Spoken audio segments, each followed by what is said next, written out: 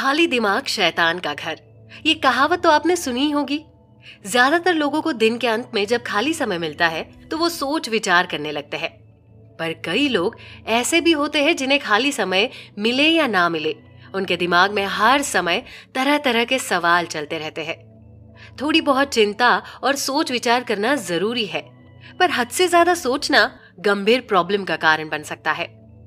Over thinking की वजह से आपके काम बिगड़ने लगते हैं और जिंदगी में तनाव भी बढ़ने लगता है।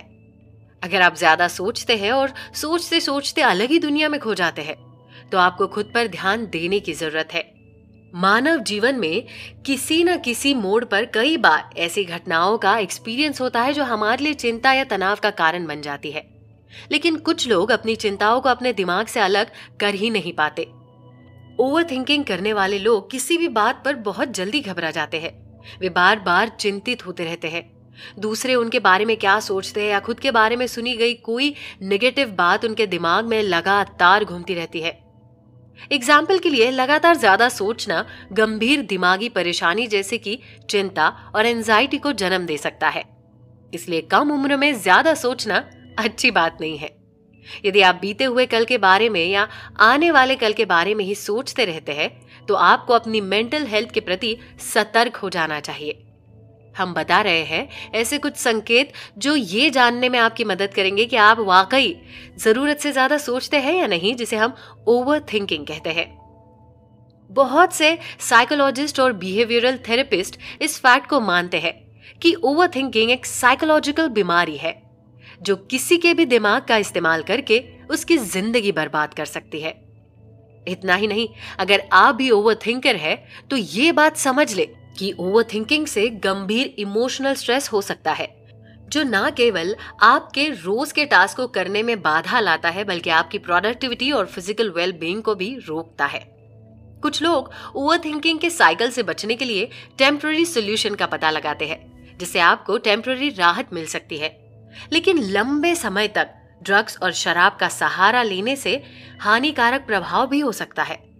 ये कुछ अनहेल्दी तरीके हैं जो कि ओवर थिंकिंग और स्ट्रेस से आपको कुछ समय के लिए दूर तो कर सकते हैं, लेकिन आपको पक्का आराम नहीं दे सकते।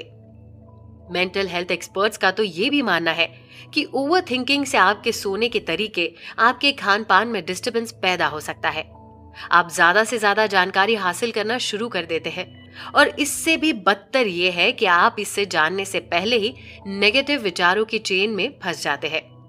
यह आपके स्टार्ट को नई शुरुआत, रोमांचक प्रोजेक्ट्स, सोशल गैदरिंग्स और किसी नए से मिलने के प्रति एक अनिच्छा की भावना को जन्म देता है। ओवरथिंकिंग के शुरुआती लक्षणों में से कुछ non productive, hereditary, day dreaming, आलस होने की, एक्टिंग करना और लैथर्जिक होने जैसे साधारण सिम्टम्स हो सकते हैं। आपके मन में बार बार होने वाले किसी घटना के बारे में नेगेटिव विचार आ सकते हैं, जो आपके दिमाग में पास्ट के इमोशनल ट्रॉमा को दोहराता है। सब कुछ खत्म करने की प्रवृत्ति आपको खुश और पॉजिटिव होने से पीछे रखती है। आप आशावादी की तुलना में हर चीज के बारे में ज्यादा निराशावादी महसूस करना शुरू कर देते हैं। हम सोचते सोचते कब ओवरथिंकिंग के शिकार हो जाते हैं हमें पता भी नहीं चलता।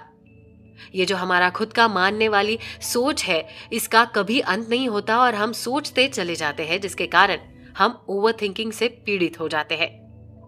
मेडिकल साइंस के एक रिसर्च के अनुसार ओवरथिंकिंग वाले व्यक्ति का IQ 60 होता है, जबकि कम सोचने वाला व्यक्ति का IQ 180 होता है। इस भाग दौड़ भरी जिंदगी में कब आप ओवरथिंकिंग के शिकार हो जाते हैं आपको पता भी नहीं चलता।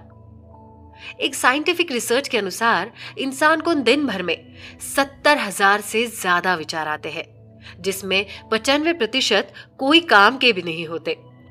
आप उसके बारे में सोचते हो जो वास्तव में इस दुनिया में है ही नहीं। बाहर से आकर कोई कुछ भी बोल देता है और आप उसी पर विचार करने लगते हैं, अपने गोल को भूल जाते हैं। आपकी लाइफ में कई प्रॉब्लम का समाधान बिल्कुल आसान होता है, लेकिन आप सोच सोच कर उसे मुश्किल बना देते हैं।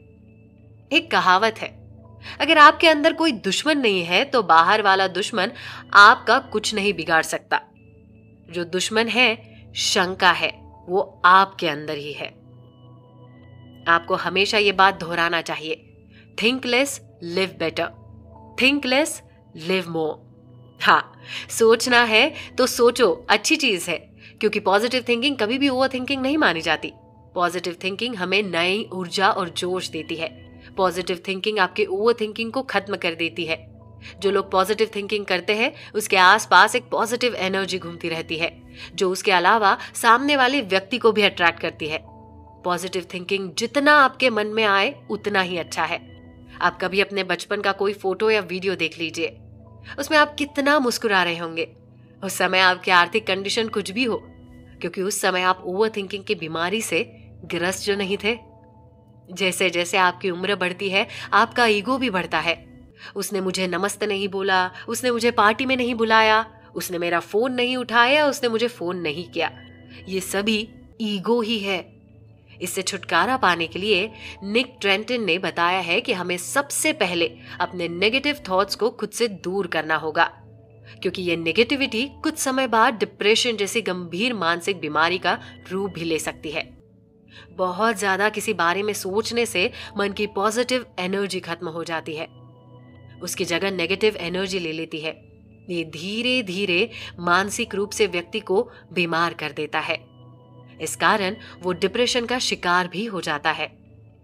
ऐसे में कोशिश करें कि आप अपने मन की बातों को किसी न किसी से शेयर जरूर करें।